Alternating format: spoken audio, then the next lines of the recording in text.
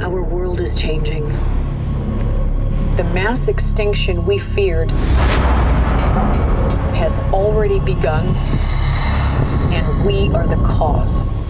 Stranger Things actress Millie Bobby Brown making her big screen debut in the movie Godzilla, King of the Monsters.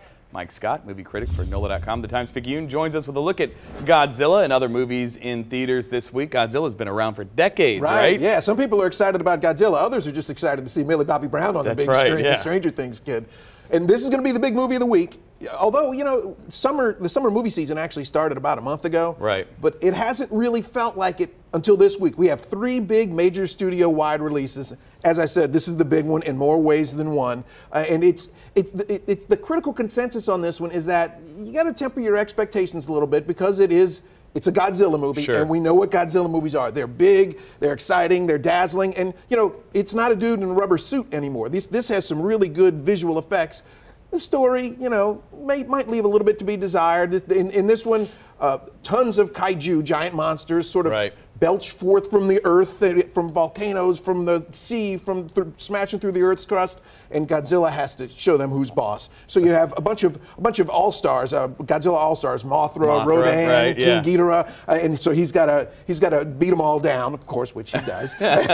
So it's going to be just some silly creature feature fun. Don't expect anything profound though. I mean, it sounds like a lot of fun, especially with Millie Bobby Brown. But we also have another one. That next one we're going to talk about. Rocketman. Rocketman, yeah, and this isn't a sci-fi movie.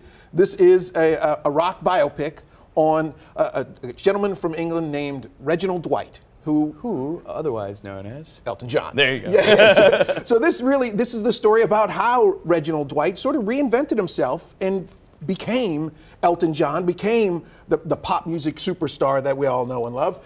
And this one, you know, I think it's going to get a little bit of a boost from Bohemian Rhapsody, which came out last year, and audiences had so much fun with that. I think people are going to be excited about this one.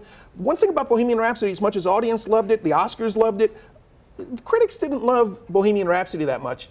That's not the case with this one. This one is the best reviewed movie of the week. Taron Egerton plays Elton John, and he's getting really high marks for his performance. Also, you know, the music's going to be great, and it's just a good story. So this is, if you want to see the best movie of the week, this is probably your best bet. That one looks like a lot of fun. But the other one that seems like a guilty pleasure, at least for me, Ma. I think you described it perfectly. It is a guilty pleasure. And I was telling you in the break, this movie has no business working as well as it does. And the reason it works, one good reason, that's Octavia Spencer. She plays a 40-something-year-old woman who forms an unlikely friendship with a group of hard-partying teenagers in a small Ohio town. She decides she's going to let them party in her basement. She's going to buy them booze. She says, if you're going to party anyway, I'd feel better if you were in a safe place. But there are rules in Ma's house, and when you break those rules, there are consequences. And so one thing leads to another. Things go sideways, and it turns into this mashup of Carrie meets Misery with a little bit of Friday the 13th type gore in there. And again, Octavia Spencer makes this work. She really fleshes out the character to where you have a layered human character, and you get on board with this movie. It's a guilty pleasure movie, and you can pick it apart. It's still a B movie, but but it's one that works exceptionally well. Well, it sounds like a lot of fun. Thank you so much, movie critic Mike Scott. We appreciate you. A lot of movies to pick from.